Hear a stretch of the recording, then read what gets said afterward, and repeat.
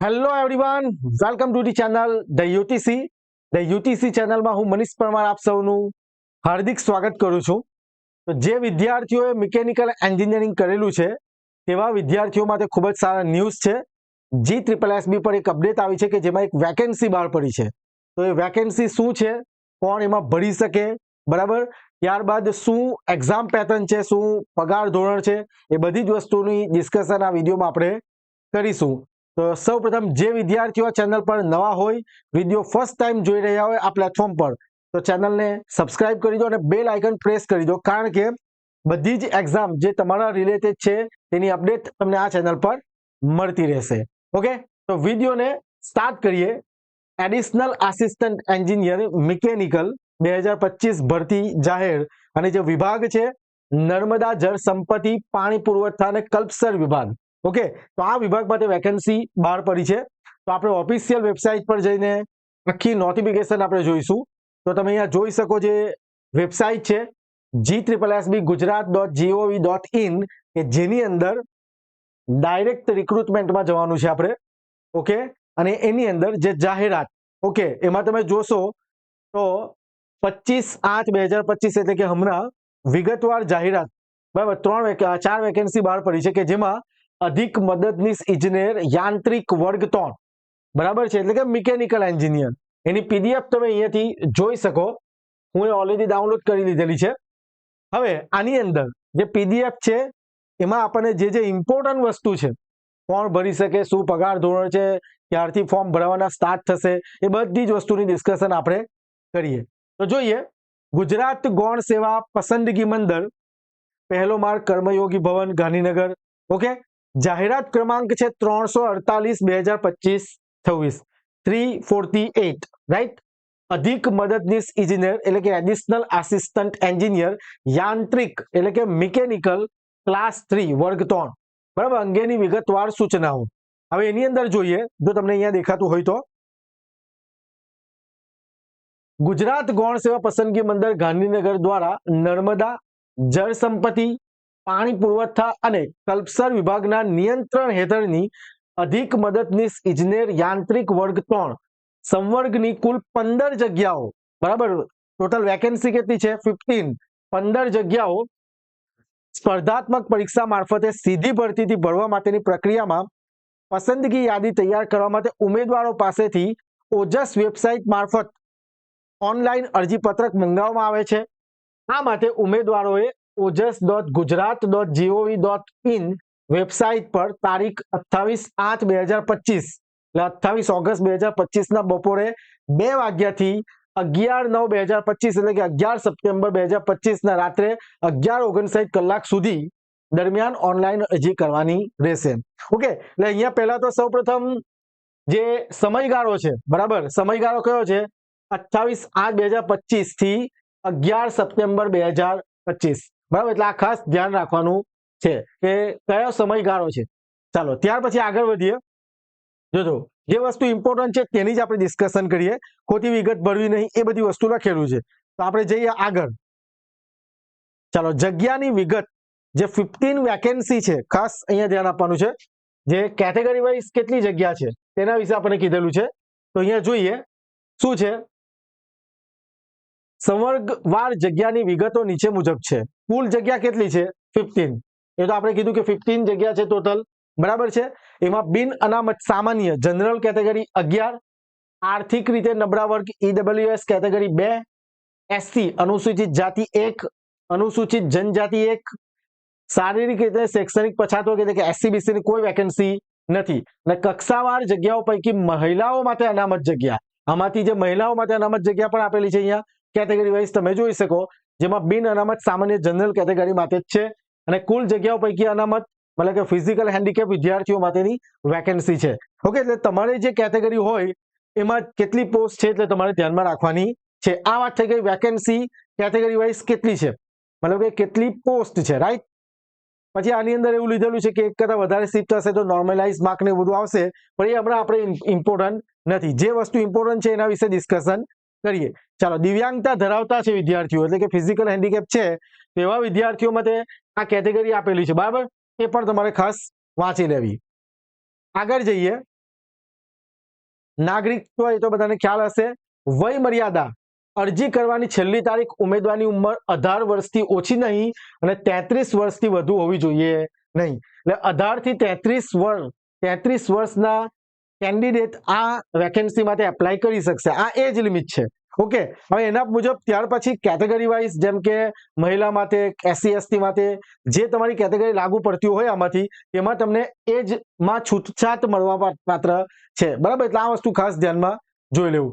ત્યારબાદ પગાર ધોરણ, બરાબર છે, જે નાણાં વિભાગનો જે ઠરાવ ક્રમાંક ને એવું બધું છે એના માટે પ્રથમ 5 વર્ષ માટે, જોજો શું કહે છે, પ્રથમ 5 વર્ષ માટે પ્રતિમાસ 49,600 ના ફિક્સ પગારથી નિમણૂક અપાશે, તેમજ ઉક્ત ઠરાવના અન્ય લાભો મળવા પાત્ર થશે. ખૂબ જ સારો એવો સેલેરી છે, પગાર છે 49,600. બરાબર છે, ખૂબ જ સારું કહેવાય અને સારી પોસ્ટ છે. ના ફિક્સ પગારથી કેટલા વર્ષ માટે? 5 વર્ષ માટે. આગળ જઈએ એટલે સેલેરીની વાત થઈ ગઈ કે 49,600 5 વર્ષ માટે ફિક્સ છે.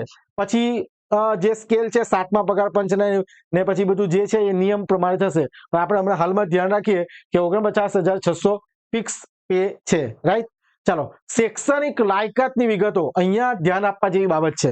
સમજો, મિકેનિકલ એન્જિનિયરિંગ ડિપ્લોમા હોલ્ડર હશે, ડિગ્રી હોલ્ડર હશે. બરાબર છે, જેમણે 4 વર્ષનો ફૂલ કોર્સ કરેલો હશે, કોઈ 3 વર્ષનો ફૂલ કોર્સ કરેલો હશે. હવે અહીંયા જે શૈક્ષણિક લાયકાત આપેલી છે તે જરા જોઈ લઈએ. possess a diploma in engineering, mechanical or diploma in automobile obtained from technical examination board or any of the universities established or incorporated by Central State Act in India. સમજાય છે વાતમાં? એનો મતલબ એવો થઈ ગયો કે જેમણે ડિપ્લોમા એન્જિનિયરિંગ કરેલું છે કયામાં? મિકેનિકલ અથવા તો ઓટોમોબાઈલ, એવા કેન્ડિડેટ આ વેકેન્સી માટે એપ્લાય કરી શકશે. ધ્યાન આપજો, બરાબર, આ વસ્તુ છે એટલે જેમણે ડિપ્લોમા કરેલું હોવું જોઈએ. પછી શું છે? The basic knowledge of computer. બરાબર, કોમ્પ્યુટરનું બેઝિક નોલેજ હોવું જોઈએ અને જનરલી બધા પાસે હોતું જ હોય છે. ઓકે, અને ગુજરાતી અને હિન્દી એ બંને લેંગ્વેજનું પણ નોલેજ હોવું જોઈએ. એટલે અહીંયા ખાસ વસ્તુ ધ્યાન આપજો. બરાબર, કારણ કે ઘણા ક્વેશ્ચન કરશે જ કે સર ડિગ્રી વાળા ભરી શકે કે નહીં, પણ અહીંયા લખેલું છે diploma in engineering mechanical or diploma in automobile, એટલે કે ડિપ્લોમા હોલ્ડર જે કેન્ડિડેટ છે એવા વિદ્યાર્થીઓ આ વેકેન્સી માટે એપ્લાય કરી શકશે. ઓકે, પછી નોંધ, ઉપર દર્શાવેલ સમગ્ર ભરતી નિયમોમાં નિયત થયેલી શૈક્ષણિક લાયકાતના અગત્યના મુદ્દાઓને અરજી પત્રકમાં સમાવેશ કરવામાં આવેલ છે, પરંતુ આખરી પસંદગી સમયે ભરતી નિયમોમાં દર્શાવેલ શૈક્ષણિક લાયકાતની તમામ જોગવાઈઓને ધ્યાનમાં લેવામાં આવશે. બરાબર છે, એટલે GSSB એના માટે જે હશે તે નિર્ણય લેશે. ચાલો, અનુસૂચિત જાતિ જનજાતિ SC BC માટે જે સામાન્ય સૂચના છે EWS, તે આ સૂચના તમારે ખાસ વાંચી લેવી. બરાબર છે. ત્યાર પછી આર્થિક રીતે નબળા વર્ગના વિદ્યાર્થીઓ EWS માટેનું પણ છે કે જે સર્ટિફિકેટ કે જે હશે તે તમારે આથી આ તારીખ વચ્ચેનું હોવું જોઈએ, એ રીતના હશેલું, મતલબ એ જરા તમારે માહિતી લઈ લેવી. ઓકે, દિવ્યાંગ ઉમેદવારો માટે આગળ વધીએ. માજી સૈનિક એક્સ સર્વિસમેન માટે છે. ઓકે, વિધવા ઉમેદવારો માટે છે. ઓકે, માન્ય રમતગમતના વધારાના ગુણ મેળવવા માટેની લાયકાત. બરાબર છે, એટલે રમતગમતના કોઈ વધારાના ગુણ હોય તો કોઈ સ્પોર્ટ્સમાં હોય તો એમને વધારાના ગુણ મળે એના માટેની પણ અહીંયા ગાડી જોગવાઈ છે, તો એ ખાસ તમારે લાગુ પડે તો જોઈ લેવું. શૈક્ષણિક લાયકાત, વય મર્યાદા, અન્ય લાયકાત માટે નિર્ધારિત તારીખ. જોજો, શૈક્ષણિક લાયકાત, વય મર્યાદા, ઉન્નત વર્ગમાં સમાવેશ ન થતો હોવા અંગેનું પ્રમાણપત્ર એટલે કે નોન ક્રીમી લેયર સર્ટિફિકેટ, આર્થિક રીતે નબળા વર્ગનું પ્રમાણપત્ર, જાતિનું પ્રમાણપત્ર અને અન્ય જરૂરી લાયકાત માટે 11/9/2025 ની સ્થિતિને ધ્યાનમાં લેવામાં આવશે. એટલે કે 11 સપ્ટેમ્બર જે લાસ્ટ ડેટ છે ને ત્યાં સુધીની સ્થિતિને ધ્યાનમાં લેવામાં આવશે. પછી તમે લાવો તો એવું ચાલશે નહીં. એટલે ફોર્મ ભરે ત્યાં સુધી તમારી પાસે સર્ટિફિકેટ હોવું જોઈએ. આ ખાસ ધ્યાન રાખજો. બરાબર, કોમ્પ્યુટરની જાણકારી, રાઈટ, એમાં એની અંદર 10મા ધોરણમાં કોમ્પ્યુટર હોવું જોઈએ, માર્કશીટ જે હોય અથવા CCC નો કોર્સ કરેલો હોવો જોઈએ, એ બધી વસ્તુઓમાં હશે. ઓકે, તે તમારે ખાસ જોઈ લેવી. અરજી કરવાની રીત તો આપણે વાત કરી દીધી કે કઈ તારીખથી ચાલુ થશે. 28 ઓગસ્ટ 2025 ના બપોરના 2 વાગ્યાથી લઈને 11 સપ્ટેમ્બર રાત્રે 11:59 કલાક સુધી તમે વેબસાઇટ ojas.gujarat.gov.in, બરાબર, એના પર વેબસાઇટ પર તમે ઓનલાઈન અરજી કરી શકશો. સમજાય છે વાતમાં? ઓનલાઈન અરજી કરવાની છે. પછી ઉમેદવાર અરજીપત્રક ભરવા બાબતે જે માહિતી છે એના પર આપણે જોઈએ તો વિડીયો એક બનાવી દઈશું. ઓકે, એટલે 348 જે પોસ્ટ એડવર્ટાઇઝમેન્ટ નંબર છે એના માટે એપ્લાય નાવ પર જઈને તમે એપ્લાય કરી શકશો અને બધાને ખ્યાલ હોય છે છતાં પણ આપણે એક વિડીયો બનાવી દઈશું. ઓકે, પછી ફોટો કઈ રીતના અપલોડ કરવો અને બધી જ વસ્તુ આમાં લખેલી છે એ તમે વાંચી શકો. બરાબર છે. ત્યાર પછી જરા જોજો હવે ફી કેટલી ભરવાની છે. આ એક્ઝામ આપવા માટે તમારે ફી કેટલી ભરવાની છે, એટલે કે પોસ્ટમાં એપ્લાય કરતી વખતે તો ગુજરાત ગૌણ સેવા પસંદગી મંડળની તમામ પરીક્ષાઓ માટે પરીક્ષાનું ફી ધોરણ બધી જ પરીક્ષા માટે શું છે? પ્રાથમિક પરીક્ષા બિન અનામત વર્ગ 500 રૂપિયા અને અનામત વર્ગ એટલે કઈ તમામ કેટેગરીની મહિલા, SC/BC, SC, ST, બરાબર, દિવ્યાંગ અને એક્સ સર્વિસમેન ઉમેદવાર એમના માટે કેટલા રૂપિયા છે? 400 રૂપિયા. સમજાઈ વાતમાં? The fees paid shall be refunded to those candidates who appear for the examination. પરીક્ષામાં ઉપસ્થિત રહેતા ઉમેદવારને પરીક્ષા ફી પરત આપવામાં આવશે. ખ્યાલ આવ્યો બધાને? જે વિદ્યાર્થીઓ પરીક્ષામાં ઉપસ્થિત રહેશે, ઘણા વિદ્યાર્થીઓ એવું કરે છે પરીક્ષામાં ખાલી ફોર્મ ભરી દે છે, આ રીતના એપ્લાય કરી દે છે પણ પરીક્ષા આપવા જતા નથી, એટલે મંડળને આમાં નુકસાન થાય. એટલા માટે એક ફી ડિપોઝિટ ફી આપણે લઈએ છીએ, એટલે આપણે એટલે કે GSSB લઈ છે, બરાબર, ફોર્મ ભરતી વખતે. ને જેવું તમે પરીક્ષા આપશો એટલે તમને આ ફી શું થશે? રિફંડ થઈ જશે. ચાલો, ઓકે. તો શું કહે છે કે તમામ ઉમેદવારો ઉપર દર્શાવ્યા મુજબની ફી ઓનલાઈન માધ્યમથી જ ભરવાની થાય છે. ઉમેદવારોએ ઓજસ વેબસાઇટ પર પોતાની અરજી સબમિટ કરી કન્ફર્મેશન નંબર મેળવ્યા બાદ પરીક્ષા ફી છેલ્લી તારીખ 14/9/2025 સુધીમાં ફરજિયાત ઓનલાઈન ભરવાની રહેશે. એટલે ફોર્મ ભરવાની લાસ્ટ ડેટ 11 સપ્ટેમ્બર છે, પણ ફી ભરવાની જે છેલ્લી તારીખ છે કઈ છે? 14/9/2025. એટલે આ ખાસ તમારે ધ્યાનમાં રાખવાનું છે, કારણ કે ઘણા બધા વિદ્યાર્થીઓ એવા પણ હોય છે જે ફી નથી ભરતા, તો એનું ફોર્મ રિજેક્ટ થશે. સમજાયું વાતમાં? આ ખાસ ધ્યાનમાં રાખવાનું છે. ઓકે, પછી એપ્લિકેશન પ્રિન્ટ કરાવી લેવાની, જે ફીસનું ચલણ હોય તે પણ પ્રિન્ટ કરાવીને તમારી પાસે રાખવાનું. બરાબર છે? તો આ વસ્તુ થઈ ગઈ. હવે ઇમ્પોર્ટન્ટ વસ્તુ ખાસ જરા જોજો, પરીક્ષા પદ્ધતિ, એક્ઝામ પેટર્ન. શું છે એક્ઝામ પેટર્ન? તો જોઈએ. સામાન્ય વહીવટ વિભાગના પરીક્ષા પદ્ધતિ અનુસાર પરીક્ષા એક જ તબક્કામાં એક જ સ્ટેજ છે. પછી પહેલા શું હતું? GSSB માં કોઈ પહેલા એક્ઝામ આપવાની, પછી કોમ્પ્યુટર પ્રોફિશિયન્સી ટેસ્ટ લેવાથી CPT, અને પછી મેરિટ બનતું. એવું આમાં નથી. એક જ તબક્કામાં હેતુલક્ષી MCQ, multiple choice question, ABCD આપેલો એમાંથી એક સિલેક્ટ કરવાનો, પ્રકારના પ્રશ્નોવાળી CBRT, OMR computer base response test, CBRT, optical mark recognition પદ્ધતિની સ્પર્ધાત્મક પરીક્ષા લેવામાં આવશે. સમજાય છે? OMR પદ્ધતિ એટલે કે MCQ વાળી ટેસ્ટ લેવામાં આવશે એક જ તબક્કાની. એમાં જોઈએ આ પરીક્ષા પાર્ટ A અને પાર્ટ B એમ બે ભાગમાં લેવામાં આવશે. પ્રશ્નપત્રનું લેવલ શૈક્ષણિક લાયકાતના સમકક્ષ રહેશે, એટલે કે જે ડિપ્લોમા હોલ્ડર હોય એના બેઝ વેકેન્સી છે તો એના લેવલનું આ પેપર રહેશે. ધ્યાન રહે, આ પેપર જે છે તે કેટલા વિભાગમાં હશે? બે ભાગમાં, પાર્ટ A અને પાર્ટ B. એટલે એક દિવસે પાર્ટ A અને બીજા દિવસે પાર્ટ B એવું નહીં, એક જ સાથે જ. ખ્યાલ આવે છે વાતમાં? 3 કલાકમાં બંને પાર્ટની એક્ઝામ સાથે જ હશે. ચાલો, હવે પાર્ટ A માં શું છે જોજો. પાર્ટ A માં તાર્કિક કસોટી તથા ડેટા ઇન્ટરપ્રિટેશન અને ગાણિતિક કસોટી. પાર્ટ A માં 30 માર્કનું મેથ્સ અને રીઝનિંગ. સિમ્પલ ભાષામાં જો હું તમને કહું ને તો મેથ્સ અને રીઝનિંગ, આ જે ગાણિતિક કસોટી ને એવું બધું લખેલું છે ને એ બધું મેથ્સ અને રીઝનિંગ છે, 30 માર્કનું છે. એટલે કે પાર્ટ A કેટલા માર્કનો છે? 60 માર્કનો. સમજાય છે વાતમાં? પાર્ટ A 60 માર્ક્સનો છે.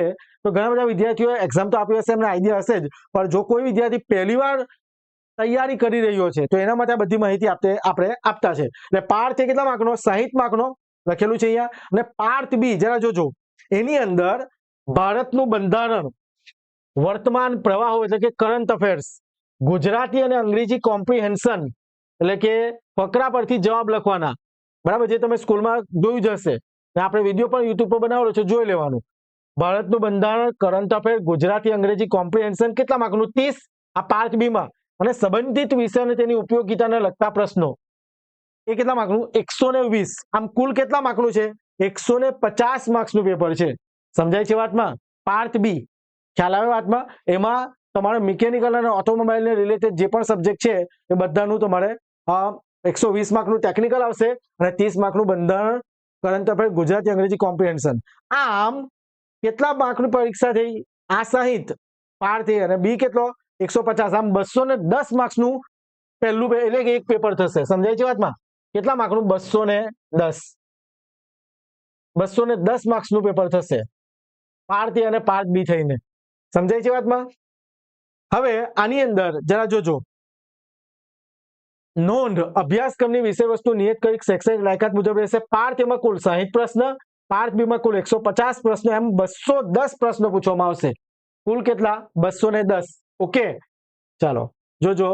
ત્યાર પછી એમસીક્યુ પદ્ધતિમાં ખોટા જવાબમાં આપવાના સંજોગોમાં પ્રશ્નને ફાળવેલ માર્કના 1/4 માર્ક ઉમેદવારે મેળવેલા ગુણમાંથી ઓછા કરવામાં આવશે. એટલે કે નેગેટિવ માર્કિંગ છે, 0.25 માર્ક્સ જશે. એક આન્સર ખોટો પડે તો પ્લસ 1.25 માર્ક્સ જશે, નેગેટિવ માર્કિંગ. ચાલો, પરીક્ષા પૂર્ણ થયેથી મંડળ દ્વારા પ્રોવિઝનલ આન્સર કી પ્રસિદ્ધ કરવામાં આવશે. એટલે આન્સર કી આપવામાં આવશે જેવી પરીક્ષા પૂરી થાય તેવું. અને પછી આ પ્રો રહેતા ને બધી વસ્તુ પછી જોઈશું. ઓકે, પરીક્ષાનું આયોજન, પરીક્ષા માટે ઉમેદવારની સંખ્યાને ધ્યાનમાં લઈ મંડળ દ્વારા પરીક્ષા કેન્દ્રો નક્કી કરવામાં આવે. એ પરીક્ષા કેન્દ્રો પર ઉમેદવારે પરીક્ષા આપવાની રહેશે. જે પરીક્ષા સેન્ટર નક્કી થાય, એક્ઝામ સેન્ટર, એમાં પરીક્ષા લેવાશે. બરાબર, ડાઉનલોડ કરવા માટે એની ઓફિશિયલ વેબસાઇટ એ તો પછી આપણે જોઈશું. ચાલો, હવે આની અંદર દિવ્યાંગ ઉમેદવાર લહિયા બાબત એ વાંચી લેવું જેને જે લાગુ પડતું હોય તે. ઓકે, મેઇન વસ્તુ મેં તમને હજુ એક વસ્તુ ઇમ્પોર્ટન્ટ છે તે આપણે ધ્યાનમાં લેવાનું છે. પરિણામની પ્રસિદ્ધિ જોજો, અહીંયા શું કહે છે તે ખાસ ધ્યાન આપજો. પાર્ટ એ 60 માર્કનો અને પાર્ટ બી કેટલા માર્કનો? 150 માર્કનો, આમ 210. પણ એમાં લઘુત્તમ લાયકી ધોરણ છે, એટલે કે શું? Qualifying nature. પાર્ટ એમાં તમારે લઘુત્તમ કેટલા? 40%. એટલે 60 ના 40% કેટલા? 24 માર્ક્સ. અને પાર્ટ બી 150 ના 40% એટલે કેટલા માર્ક્સ? ખ્યાલ આવે? જો 40%. પાર્ટ બી માં 150 ના 40% કેટલા છે? 60 માર્ક્સ. અને પાર્ટ બી માં 60 ના 40% એટલે કેટલા માર્ક્સ? 24 માર્ક્સ. 40% qualifying nature. એટલે કોઈ વિદ્યાર્થી એવો છે જેને પાર્ટ બી 150 માંથી 150 આવ્યા, પણ પાર્ટ એમાં 24 માર્ક્સ નથી આવતા, 60 માંથી 20 આવ્યા, તો એલિજિબલ ગણાશે નહીં. કારણ કે 60 ના 40% એટલે કેટલા? 24 માર્ક્સ. અને 150 ના 40% એટલે કેટલા માર્ક્સ? 60. સમજાય છે? 150 ના 40, 15 ચોકુ 60 થાય ને, બરાબર છે? એટલે 60 માર્ક્સ તો તમારે ઓછામાં ઓછા લાવવા પડશે. પછી મેરિટ બને એના પ્રમાણે, પણ આ ક્વોલિફાઈંગ નેચર છે. પસંદગી યાદી અને પ્રતીક્ષા યાદી તૈયાર કરવાની પદ્ધતિ શું છે? મંડળ દ્વારા પ્રોવિઝનલ પરિણામ પ્રસિદ્ધ કર્યા બાદ પરીક્ષાના પાર્ટ એ અને પાર્ટ બી માં ન્યૂનતમ ગુણવત્તા ધોરણ જાળવીને કુલ ગુણના મેરિટ આધારે ભરવાની થતી કેટેગરી મુજબની જગ્યાના આશરે 2 ગણા ઉમેદવાર, 5 વેકેન્સી છે તો 10 ગણા ઉમેદવારને ડોક્યુમેન્ટ વેરિફિકેશનમાં બોલાવશે. અને ત્યાર પછી મેરિટના આધારે શું થશે? મેરિટના આધારે નિમણૂક આપવામાં આવશે. ઓકે, તો આ બધી જ માહિતી આપણે જોઈ લીધી. કુલ 15 જેટલી જગ્યા છે. 28 થી 11 સપ્ટેમ્બર સુધી ફોર્મ ભરાવાના છે. 49,600 જેવું સેલેરી છે. પછી વય મર્યાદા 18 થી 33 વર્ષ છે. ઓકે, એક્ઝામ પેટર્ન 210 માર્ક્સનું પેપર છે. એમાં પાર્ટ એ અને પાર્ટ બી આવશે. પાર્ટ એ 60 માર્કનો, પાર્ટ બી 150 માર્ક્સનો. બંનેમાં 40% માર્ક્સ લાવવાના રહેશે. ઓકે, આટલી ઇમ્પોર્ટન્ટ વસ્તુ આપણે જોઈ લીધી. અને કઈ રીતના નિમણૂક એટલે કે કઈ રીતના સિલેક્શન થશે એ પણ આપણે જોઈ લીધું. હવે અહીંયા પ્રશ્ન છે કે પરીક્ષા ફી વિશે પણ આપણે ચર્ચા કરી દીધી, બરાબર? ઓફિશિયલ વેબસાઇટ પર જઈને તમે 28 તારીખથી ફોર્મ ભરી શકશો. હવે અહીંયા પ્રશ્ન એ છે કે સિલેબસ શું રહેશે, બરાબર? તો હું તમને જણાવું, જોજો ધ્યાન આપજો. સિલેબસની અંદર જે પાર્ટ એ અને પાર્ટ બી છે, બરાબર? તો પાર્ટ એમાં મેથ્સ અને રીઝનિંગ 60 માર્કનું અને પાર્ટ બી માં 150. એમાંથી બંધારણ, પ્રવાહ, વર્તમાન પ્રવાહ, ગુજરાતી અંગ્રેજી કોમ્પ્રિહેન્શન. હવે આ જે સંબંધિત ઉપયોગિતાને લગતા પ્રશ્નો, બરાબર છે, એટલે કે તમારા જે મિકેનિકલ ઓટોમોબાઈલને રિલેટેડ જેટલા પણ સબ્જેક્ટ છે એ તમારે વાંચવા પડશે ડિપ્લોમા લેવલે. સમજાય છે વાતમાં? એ 120 માર્ક્સનું પૂછાશે. અને આપણે ધ યુટીસી એપ્લિકેશન પર આ પોસ્ટ માટે કોર્સ લોન્ચ કરીશું, બરાબર છે, કે જેની અંદર તમને પાર્ટ એ અને પાર્ટ બી બંને પોર્શનની પ્રિપેરેશન કરાવી દેવામાં આવશે. એકદમ નોમિનલ ચાર્જ હશે. એટલે જે વિદ્યાર્થીઓ આ પોસ્ટ માટે ફોર્મ ભરશે એવા વિદ્યાર્થીઓ જો તૈયારી કરવા માંગતા હોય, તમે ગવર્મેન્ટ જોબ મેળવવા માંગતા હોય, સિલેક્શન લેવા માંગતા હોય, તો તમે પ્રિપેરેશન કરી શકો વિથ ધ યુટીસી. બરાબર, ધ યુટીસી સાથે જોડાઈને તમે પ્રિપેરેશન કરી શકશો. અને ખૂબ જ નોમિનલ ચાર્જ હશે. ઓકે, એની અંદર બધા જ લેક્ચર, દરેક જે ટોપિક છે દરેક પાર્ટ એ અને પાર્ટ બી 60 અને 150 માર્ક્સ દરેક વસ્તુ કવર કરી દેવામાં આવશે. ઓકે, તો આઈ હોપ કે તમને આ પોસ્ટને લઈને બધી માહિતી મળી ગઈ હોય. બરાબર છે.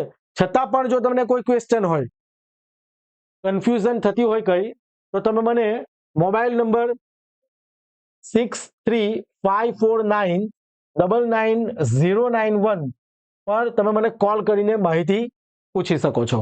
ઓકે, તો 28 તારીખથી ફોર્મ ભરવાના છે. ડિપ્લોમા હોલ્ડર વેકેન્સી છે. બરાબર છે. હવે આમાં જે પણ વિદ્યાર્થીઓ ડિપ્લોમા કરેલું હોય તેવા જ વિદ્યાર્થીઓ ફોર્મ ભરી શકશે. આ વસ્તુ ધ્યાનમાં રાખવાનું છે. બરાબર, એજ્યુકેશન ક્વોલિફિકેશન ઇમ્પોર્ટન્ટ છે કે જેમાં મિકેનિકલ અને ઓટોમોબાઈલમાં ડિપ્લોમા કરેલું હોય એવા વિદ્યાર્થીઓ ફોર્મ ભરી શકશે. અને કંઈ સમજ નહીં પડે તો આ મોબાઈલ નંબર છે. બરાબર છે. આ મોબાઈલ નંબર પર તમે મને કોલ કરીને માહિતી પૂછી શકશો. ઓકે, તો બીજી કોઈ અપડેટ હશે, ઓકે, જેમ કે ફોર્મ ભરવામાં કોઈને કંઈ તકલીફ હોય અથવા કંઈ પણ હોય તો આપણે એના પર વિડીયો બનાવી દઈશું. બરાબર, આ પોસ્ટ માટે જે લાસ્ટ જે વેકેન્સી આવી હતી એમાં શું હતું કટ ઓફ, સિલેબસ શું હતો, બધી જ વસ્તુની આપણે ડિસ્કશન કરીશું. એના માટે તમે ચેનલ સાથે જોડાયેલા રહેજો. તમને બધી જ માહિતી મળતી રહેશે. ટેલિગ્રામની લિંક ડિસ્ક્રિપ્શનમાં છે, ત્યાંથી તમે ટેલિગ્રામ ચેનલ પર જોઈન કરી શકો. તો મળીએ નેક્સ્ટ વિડીયોમાં. ત્યાં સુધી બધા પરફેક્ટ માહિતી જે પણ છે, જેટલી પણ એડવર્ટાઇઝમેન્ટની પીડીએફ છે, એમાં જે પણ માહિતી છે પરફેક્ટ તમે વાંચી લેજો. કદાચ આમ તો મારાથી જોવામાં કંઈ મિસ્ટેક થઈ ગઈ હોય તો તમે જરા કરેક્ટ કરી લેજો. તો મળીએ નેક્સ્ટ વિડીયોમાં. જય હિન્દ, જય ભારત.